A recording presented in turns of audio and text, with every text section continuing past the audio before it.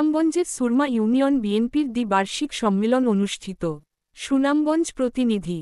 বাংলাদেশ জাতীয়তাবাদী দল বিএনপির সুনামগঞ্জ সদর উপজেলার সুরমা ইউনিয়ন বিএনপি শাখা দ্বিবার্ষিক সম্মেলন 2025 উপলক্ষে এক আলোচনা সভা অনুষ্ঠিত হয়েছে।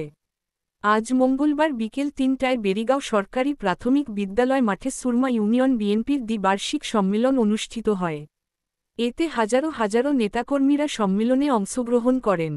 সুরমা ইউনিয়ন বিএনপির আহ্বায়ক আব্দুল হাইয়ের সভাপতিত্বে ও জেলা স্বেচ্ছাসেবক দলের সদস্য সচিব জাঙ্গাগীর আলমের সঞ্চালনায় অনুষ্ঠানে প্রধান অতিথির বক্তব্য রাখেন সুনামগঞ্জ জেলা বিএনপির সাবেক সাধারণ সম্পাদক ও আহ্বায়ক কমিটির সদস্য এবং আগামী জাতীয় সংসদ নির্বাচনে সুনামগঞ্জ -4 সদর ও বিশ্বম্ভরপুর আসনে ধানের শীষের মনোনয়ন প্রত্যাশী অ্যাডভোকেট নুরুল ইসলাম নুরুল।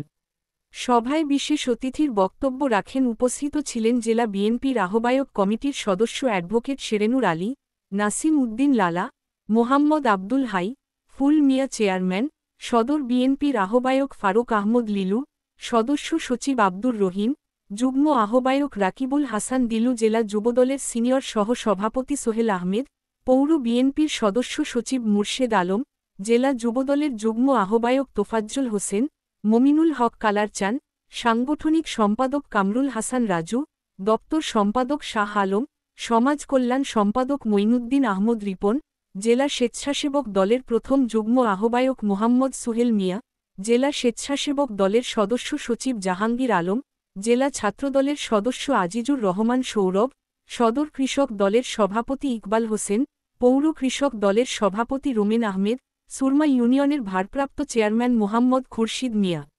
বক্তারা আগামী জাতীয় সংসদ নির্বাচনে সুনামগঞ্জ 4 আসনে সুনামগঞ্জ জেলা বিএনপির সাবেক সাধারণ সম্পাদক অ্যাড.